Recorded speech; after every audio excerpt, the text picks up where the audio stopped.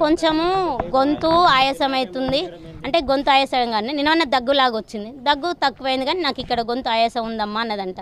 అంటే సిస్టర్లో చెప్తే అక్కడ పోయి బాడీ స్కానింగ్ తీయించుకురాపోరు అన్నారంట. ఇద్దరు భార్య భర్తలు పోయి స్కానింగ్ తీయించుకొని వచ్చిర్రు.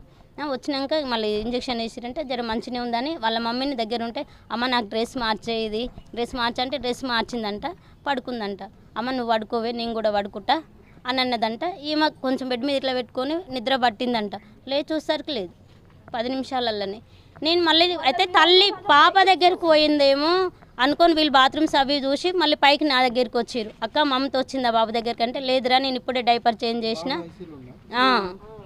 డైపర్ చేంజ్ చేసినా లోపలికైతే రాలేదురా, మరి కింద ఎక్కడన్నా బాత్రూంలోకి ఇట్లా ఉందో ఏమో, కాకుంటే ఏమన్నా కళ్ళు తిరిగి ఇట్లా బాత్రూంలోకి ఇట్లా పడ్డదేమో అని మళ్ళీ నేను పైనుంచి వెతుకుంటే కిందకి వచ్చినాం. లేదు బయట ఉన్న సెక్యూరిటీకి చెప్పిన అన్నాడు. ఇక అంటే మేము కూడా దేలాడుతామమ్మా, బయటకు ఎట్లా వెళ్ళిందమ్మా, మీరు ఎట్లా చూడలేదంటే, సార్ ఇట్లా 1-2 నిమిషాలలో ఇట్లా పడుకున్నాం, తను లేచింది, సీసీ కెమెరాలు అయితే ఎక్కడ పోయింది అనేది మనం వెతుకోవచ్చు అని కూడా అన్నా. అంటే ఇప్పుడు చూస్తారమ్మా సీసీ కెమెరా, మీరు కూడా వెతకండి మేము కూడా వెతుకుతాం అని అన్నారు. మా తమ్ముని ఫోన్ నెంబర్ తీసుకున్నారు, బయట అంతా తేలాడినాం, ఇక్కడ కూడా చూసినాం సార్, కానీ మాకు ఇక్కడ ఏం లైట్స్ ఇట్లా ఏం లేవు కదా, మాకు కనబడలేదు.